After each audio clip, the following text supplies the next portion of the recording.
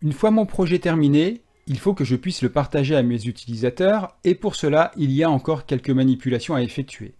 Alors tout d'abord, une bonne nouvelle, je vois ici, en haut de mon interface, qu'il est sauvegardé, ce qui veut dire que je n'ai pas à me préoccuper de l'enregistrement, il se fait automatiquement, donc ça c'est déjà pas mal.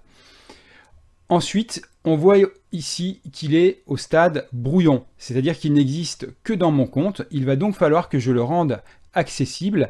Et pour cela, je vais aller cliquer à droite ici sur Prêt.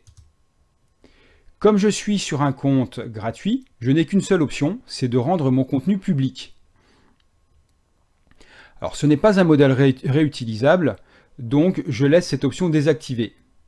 Je définis un titre, donc mon premier Geniali, et puis une description. Alors, je ne vais pas me fouler, hein. De toute façon c'est déjà un petit peu kitsch, donc ma description ça va être c'est super.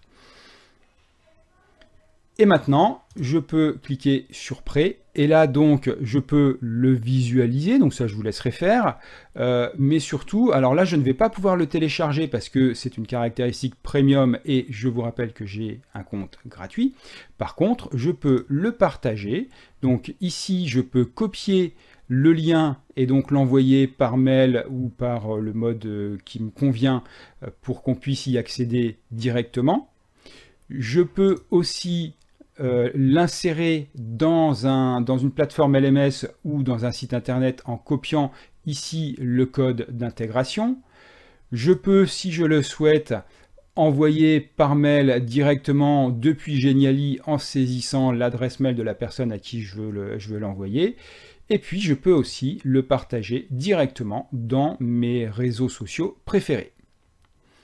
Voilà. Eh bien, on a fait le tour de la question. Vous êtes maintenant prêt à créer et partager vos magnifiques créations Geniali avec le monde entier.